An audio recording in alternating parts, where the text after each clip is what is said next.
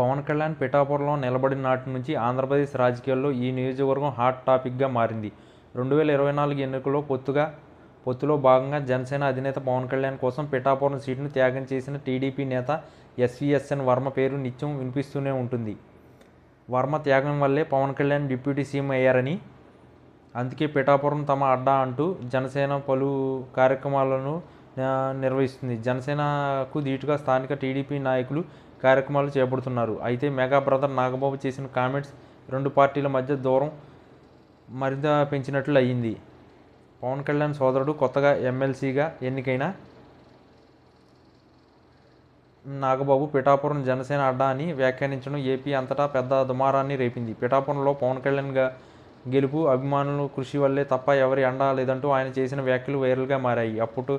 అప్పటి నుంచి టీడీపీ జనసేన మధ్య పిఠాపురంలో సైలెంట్గా వార్ నడుస్తుంది. ఈ వ్యాఖ్యలపై రెండు పార్టీలు నాయకత్వాలు స్పందించినప్పటికీ స్థానికంగా మాత్రం నాగబాబు చేసిన వ్యాఖ్యలు తీవ్ర దుమారాన్ని రేపాయి.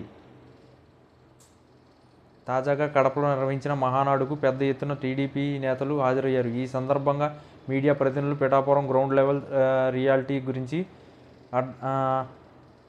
అడగ్గా అక్కడి నాయకులు ఆసక్తికర విషయాలు పంచుకున్నారు. ఒక నాయకుడు మాట్లాడుతూ పిఠాపురం అంతా కూడా టీడీపీనే ఉందని స్పష్టం చేశారు. టీడీపీ ఇన్ఛార్జిగా ఉన్న వర్మ పొత్తులో భాగంగా తన సీటును త్యాగం చేయడంతోనే పవన్ కళ్యాణ్ గెలిచారని తెలిపారు. వర్మ గత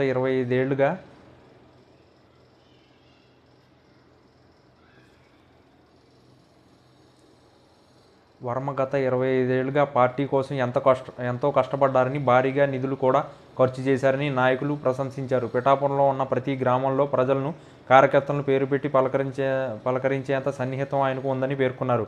పిఠాపురంలో టీడీపీ బలం 80% ఉంటే జనసేన బలం కేవలం 20% మాత్రమేనని తెలియజేశారు. మొత్తానికి మహానాడులో మరోసారి వర్మ స్టామినా ఏంటో బయటపడిందని అభిమానులు, కార్యకర్తలు తెలుపుతున్నారు.